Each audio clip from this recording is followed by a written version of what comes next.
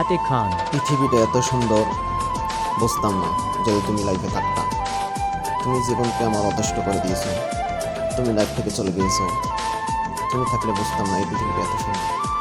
যাই হোক, তুমি যেখানেই থাকো অল টাইম ভালো থাকো। তুমি কারোর জন্য খারাপ দোয়া করবে না, সবসময় ভালোই দোয়া করবে। আমি